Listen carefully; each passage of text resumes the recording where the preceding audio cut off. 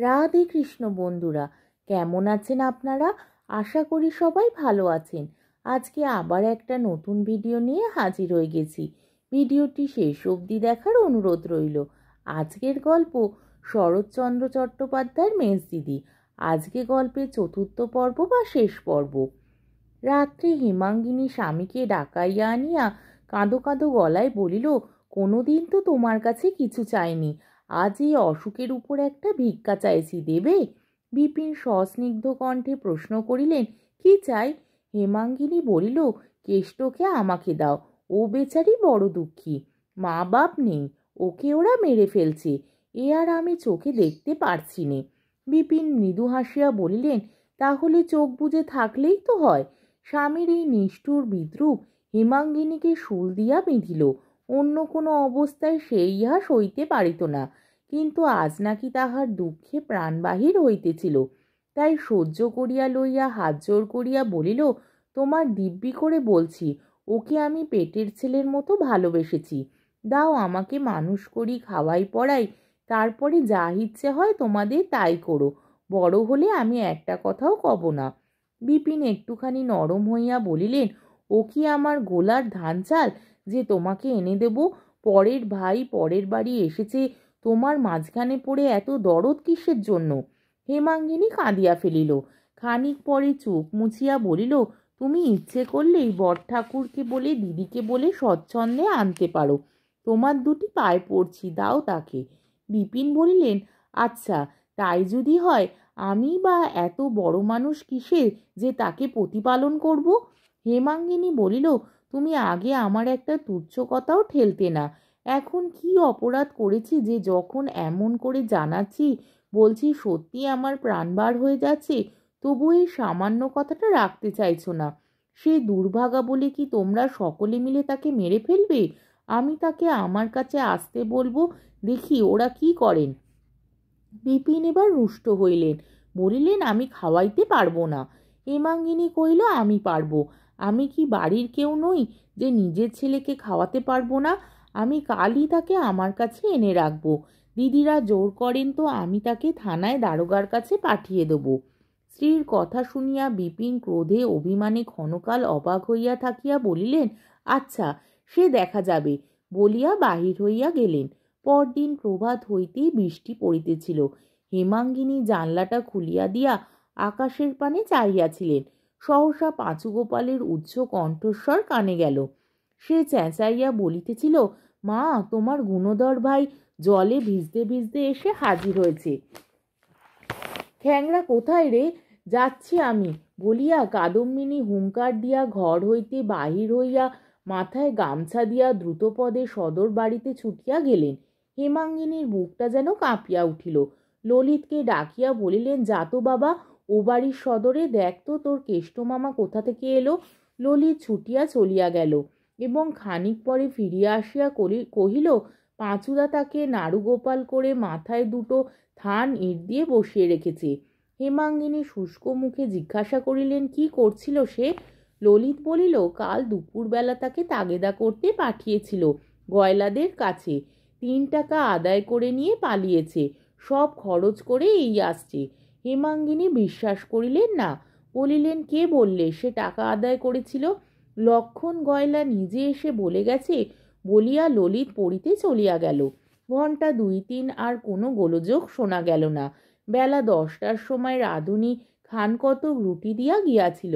হেমাঙ্গিনী বসিবার উদ্যোগ করিতেছিলেন। এমনই সময় তাহারই ঘরের বাইরে কুরুক্ষেত্র বাঁধিয়া গেল।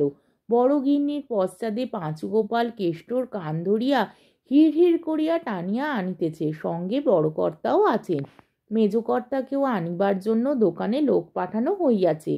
হেমাঙ্গিনী শশব্যস্তে মাথার কাপড় দিয়া ঘরের এক পার্শ্বে সরিয়া দাঁড়াইতে বড় কর্তা তীব্র কটুকণ্ঠে শুরু করিয়া দিলেন, তোমার জন্য আর তো আমরা বাড়িতে টিকতে পারিনি মেজ বৌমা। বিপিনকে বলো আমাদের বাড়ির দামটা ফেলে দিই, আমরা আর কোথাও উঠে যাই। হেমাঙ্গিনী বিস্ময়ে হতবুদ্ধি হইয়া নিঃশব্দে দাঁড়াইয়া রহিলেন। তখন বড়গিন্নি যুদ্ধ পরিচালনার ভার স্বহস্তে গ্রহণ করিয়া দ্বারের ঠিক সম্মুখে সরিয়া আসিয়া হাত মুখ নাড়িয়া বলিলেন, মেজবউ, আমি বড় যা, তা আমাকে কুকুর শিয়াল মনে করো তা ভালোই করো, কিন্তু 1000 দিন বলেছি নিচে লোক দেখানো আহ্লাদ দিয়ে আমার ভাইয়ের মাথাটি খেও না।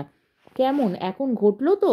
ওগো, 2 দিন সোহাগ করা সহজ, কিন্তু চিরকালের ভারটি তো তুমি নেবে না, সে তো আমাকেই সইতে হবে। ইহা যে কটূক্তি এবং আক্রমণ তাহাই শুধু হেমাঙ্গিনী বুঝিল, আর কিছু নয়। মৃদুকণ্ঠে জিজ্ঞাসা করিলেন, কি হয়েছে?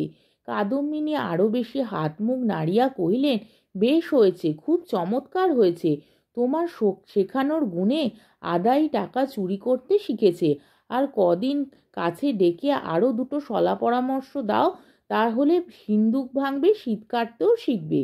একে হেমাঙ্গিনী পীড়িত, তাহার উপরেই কদর্য বিদ্রূপ ও মিথ্যা অভিযোগ। আজ সে জ্ঞান হারাইল। ইতিপূর্বে কখনো কোনো কারণে ভাসুরের সম্মুখে কথা কহে নাই, কিন্তু আজ আর থাকিতে পারিল না। মৃদুকণ্ঠে কহিল, আমি কি তাকে চুরি ডাকাতি করতে শিখিয়ে দিয়েছি দিদি?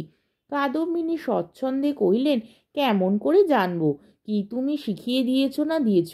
এ স্বভাব আর তো আগে ছিল না, এখনই বা হলো কেন? এত লুকোচুরির কথাবার্তাই বা তোমাদের কি, আর এত আহ্লাদ দেওয়াই বা কি জন্যে? কতদিনের পুঞ্জীভূত আবদ্ধ বিদ্বেষাসী যে এই একটু পথ পাইয়া বাহির হইয়া আসিল, তাহা যিনি সব দেখেন তিনি দেখিতে পাইলেন। মুহূর্তকালের জন্য হেমাঙ্গিনী হতজ্ঞানের মতো স্তম্ভিত হইয়া রহিল। এমন নিষ্ঠুর আঘাত, এত বড় নির্লজ্জ অপমান মানুষ মানুষকে যে করিতে পারে, ইহা যেন তাহার মাথায় প্রবেশ করিল না। কিন্তু ওই মুহূর্তকালের জন্য পরক্ষণেই সে মর্মান্তিক আহত সিংহীর মতো 2 চোখে আগুন জ্বালিয়া বাহির হইয়া আসিল। ভাসুরকে সম্মুখে দেখিয়া মাথার কাপড় আরেকটু টানিয়া দিল, কিন্তু রাগ সামলাইতে পারিল না। বড়জাকে সম্বোধন করিয়া মৃদু অথচ কঠোরস্বরে বলিল, তুমি এত বড় চামার যে তোমার সঙ্গে কথা কইতেও আমার ঘৃণা বোধ হয়। তুমি এত বড় বেহায়া মেয়ে মানুষ যে ওই ছোড়াটাকে ভাই বলেও পরিচয় দিচ্ছ। মানুষ জানোয়ার পুষলে তাকেও পেট ভরে খেতে দেয়, কিন্তু ওই হতভাগাটাকে দিয়ে কত রকমের ছোট কাজ করিয়ে নিও তোমরা আজ পর্যন্ত একদিন পেট ভরে খেতে দাও না। আমি না থাকলে এতদিনে ও না খেতে পেয়েই মরে যেত। ও পেটের জ্বালায় শুধু ছুটে আসে আমার কাছে, সোহাগ আহ্লাদ করতে আসে না। বড়জা বলিলেন, আমরা খেতে দিইনি, শুধু খাটিয়ে নি, আর তুমি ওকে খেতে দিয়ে বাঁচিয়ে রেখেছ? হেমাঙ্গিনী জবাব দিল না, ঠিক তাই। আজ পর্যন্ত কখনো ওকে দুবেলা তোমরা খেতে দাওনি, কেবল মারধর করেছ, আর যত পেরেছ খাটিয়ে নিয়েছ। তোমার ভয়ে আমি 1000 দিন ওকে আসতে বারণ করেছি, কিন্তু খিদে বরদাস্ত করতে পারে না, আর আমার কাছে পেট ভরে 2টো খেতে পায় বলেই ছুটে ছুটে আসে, চুরি ডাকাতির পরামর্শ নিতে আসে না। কিন্তু তোমার এত বড় হিংসুক যে তাও চোখে দেখতে পারো না। এবার ভাসুর জবাব দিলেন। কেষ্টকে সম্মুখে টানিয়া আনিয়া তাহার কোচার খুঁট খুলিয়া একটা কলা পাতার ঠোঙা বাহির করিয়া সক্রোধে বলিয়া উঠিলেন, হিংসুক আমরা? কেন যে ওকে ভালো চোখে দেখতে পারি নে তা তুমি নিজের চোখে দেখো। মেজ বৌমা, তোমার শেখানোর গুণেই ও আমার টাকা চুরি করে তোমার ভালোর জন্যে কোনো একটা ঠাকুরের পুজো দিয়ে প্রসাদ এনেছে, এই নাও। বলিয়া তিনি গোটা 2 সন্দেশ ও ফুল বেলপাতা ঠোঙার ভিতর হইতে বাহির করিয়া দেখাইলেন। কাদম্বিনী চোখ কপালে তুলিয়া বলিলেন, মা গো, কি মিটমিটে শয়তান, কি ধরিবার ছেলে! বেশ তো মেজবউ, এখন তুমি বলো না কি মতলবে ও চুরি করেছে? ও কি আমার ভালোর জন্যে? হেমাঙ্গিনী ক্রোধে জ্ঞান হারাইল। একে আবার অসুস্থ শরীর, তাহাতে এই সমস্ত মিথ্যা অভিযোগ। সে দ্রুতপদে কেষ্টার সম্মুখীন হইয়া তাহার 2 গালে সশব্দে চর কষাইয়া দিয়া কহিলেন, বদমাইশ চোর, আমি তোকে চুরি করতে শিখিয়ে দিয়েছি? কতদিন তোকে আমার বাড়ি ঢুকতে বারণ করেছি, কতবার তোকে তাড়িয়ে দিয়েছি। আমার নিশ্চয়ই বোধ হচ্ছে তুই চুরির মতলবেই যখন তখন এসে উঁকি মেরে দেখতিস। ইতিপূর্বে বাড়ির সকলে আসিয়া উপস্থিত হইয়াছিল। শিবু কহিল, আমি নিজের চোখে দেখেছি মা, পরশু রাত্রে ও তোমার ঘরের সম্মুখে আঁধারে দাঁড়িয়েছিল, আমাকে দেখেই ছুটে পালিয়ে গেল। আমি এসে না পড়লে নিশ্চয়ই তোমার ঘরে ঢুকে চুরি করত। পাঁচুগোপাল বলিল, জানে মেজ খুড়িমার অসুখ শরীর, সন্ধ্যা হলে ঘুমিয়ে পড়ে, ও কি কম চালাক? মেজ বউয়ের কেষ্টের প্রতি আজকার ব্যবহারে কাদম্বিনী যেরূপ প্রসন্ন হইলেন, এই 16 বৎসরের মধ্যে কখনো এরূপ হন নাই। অত্যন্ত খুশি হইয়া কহিলেন, ভিজে বেড়াল, কেমন করে জানবো মেজ বউ তুমি ওকে বাড়ি ঢুকতে বারণ করেছ? ও বলে বেড়ায় মেজদি আমাকে মায়ের চেয়ে ভালোবাসে। ঠোঙা শুদ্ধ নির্মাল্য টান মারিয়া ফেলিয়া দিয়া বলিলেন, টাকা 3টে চুরি করে কোথা থেকে 2টো ফুলটুল কুড়িয়ে এনেছে। বাড়ি লইয়া গিয়া বড়কর্তা চোরের শাস্তি শুরু করিলেন। সে কি নির্দয় প্রহার! কেষ্ট কথাও কহে না, কাঁদেও না। এদিকে মারিলে ওদিকে মুখ ফেরায়, ওদিকে মারিলে এদিকে মুখ ফিরায়। ভারী গাড়ি শুদ্ধ গরু কাদায় পড়িয়া যেমন করিয়া মার খায়, তেমনি করিয়া কেষ্ট নিঃশব্দে মার খাইল। এমনকি কাদম্বিনী পর্যন্ত স্বীকার করিলেন, হ্যাঁ, মার খাইতে শিখিয়াছিল বটে, কিন্তু ভগবান জানেন এখানে আসার পূর্বে নিরীহ স্বভাবের গুণে কখনো কেহ তাহার গায়ে হাত তোলে নাই। হেমাঙ্গিনী নিজের ঘরের ভিতর সমস্ত জানলা বন্ধ করিয়া দিয়া কাঠের মূর্তির মতো বসিয়াছিলেন। উমা মার দেখিতে গিয়াছিল, ফিরিয়া আসিয়া বলিল, জ্যাঠাইমা বললেন কেষ্ট মামা বড় হলে ডাকাত হবে। ওদের গায়ে কি ঠাকুর আছে? উমা মায়ের অশ্রুবিকৃত ভগ্ন কণ্ঠস্বরে উমা চমকাইয়া উঠিল। কাছে আসিয়া ভয় ভয় জিজ্ঞাসা করিল, কেন মা? হ্যাঁ রে, এখনো কি তাকে সবাই মিলে মারছে? বলিয়াই তিনি মেঝের ওপর উপুর হইয়া পড়িয়া কাঁদিয়া উঠিলেন। মায়ের কান্না দেখিয়া উমাও কাঁদিয়া ফেলিল। তারপর কাছে বসিয়া নিজের আঁচল দিয়া জননীর চোখ মুছাইয়া দিতে দিতে বলিল, পেশন্নর মা কেষ্ট মামাকে বাইরে টেনে নিয়ে গেছে। হেমাঙ্গিনী আর কথা কহিলেন না, সেইখানে তেমনি করিয়া পড়িয়া রইলেন। বেলা 2-3টার সময় সহসা কম্প দিয়া ভয়ানক জ্বর আসিল। আজ অনেক দিন পর পথ্য করিতে বসিয়াছিলেন। সে খাবার তখনও একধারে পড়িয়া শুকাইতে লাগিল। সন্ধ্যার পর বিপিন ও বাড়িতে বৌঠানের মুখে সমস্ত ব্যাপার অবগত হইয়া ক্রোধভরে স্থির ঘরে ঢুকিতেছিলেন। উমা কাছে আসিয়া ফিসফিস করিয়া বলিল, মা জ্বরে অজ্ঞান হয়ে আছেন। বিপিন চমকাইয়া উঠিলেন, সে কি রে, আজ 3-4 দিন জ্বর ছিল না তো? বিপিন মনে মনে স্ত্রীকে অতিশয় ভালোবাসিতেন। কত যে বাসিতেন তাহা আজ বছর 5-6 পূর্বে দাদাদের সহিত পৃথক হইবার সময় জানা গিয়াছিল। ব্যাকুল হইয়া ঘরে ঢুকিয়াই দেখিলেন তখনও তিনি মাটির ওপর পড়িয়া আছেন।